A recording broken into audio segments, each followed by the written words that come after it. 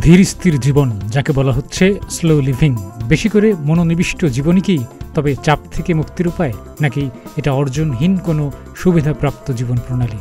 British গণমাধ্যম BBC কয়েকটি বইয়ের উদ্ধৃতি দিয়ে স্লো লিভিং নিয়ে এমন একটি প্রতিবেদন প্রকাশ করেছে। 1 বছর কোনো কাজ না করেও ভালো থাকা যায়, একথা শুনতে কেমন লাগবে? কোনো ইমেল নেই, কারো চাকরিগত উন্নতির চিন্তা নেই, কোনো উৎপাদন নেই, কোনো অর্জন নেই, অথবা নেই কোনো চেষ্টা। নিশ্চিতভাবে কাজ হচ্ছে মর্যাদা, অর্থ উপার্জন করাটা অর্জন এবং ব্যস্ত থাকাটা একটা অহংকারের বিষয়।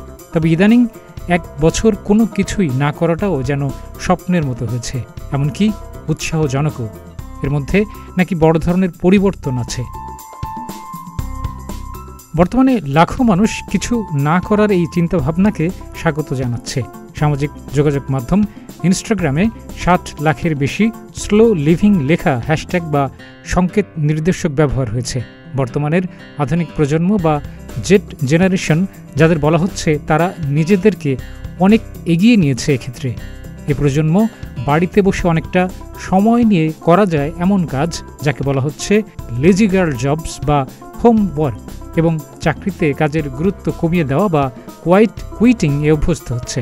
এ ব্যবস্থায় দেখা যাচ্ছে একটি কাজে মনোযোগ এবং কর্মশক্তি কম দিয়ে অন্য কাজের জন্য বেশি সময় এবং কর্মশক্তি সঞ্চয় করে রাখা হচ্ছে। অন্যান্য যে কাজগুলোর উপর স্লো লিভিং জেনারেশনের সদস্যরা মনোনিবেশ করছেন তার মধ্যে রয়েছে ইচ্ছা বা শখ, সম্পর্ক অথবা নিজের প্রতি যত্ন। এবং পুরো একটা প্রজন্মই কম কাজ করতে ঐক্যবদ্ধ হয়েছে।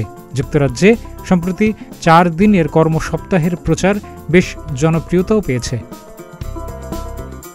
জেনি ওডেল নামক একজন লেখক how to do nothing resisting the attention economy, যার বাংলা অর্থ কিভাবে কোনো কিছু না করা যায় বিজ্ঞাপন নির্ভর অর্থনীতির প্রতিবন্ধক, বইটি লিখেছেন, যেখানে তিনি বলার চেষ্টা করেছেন কিভাবে মুনাফা লোভী প্রযুক্তি এবং সামাজিক যোগাযোগ মাধ্যম মানুষের ক্লান্ত মস্তিষ্ক ব্যবহার করছে এবং তাদের চিন্তাভাবনা ভিন্ন দিকে নিচ্ছে।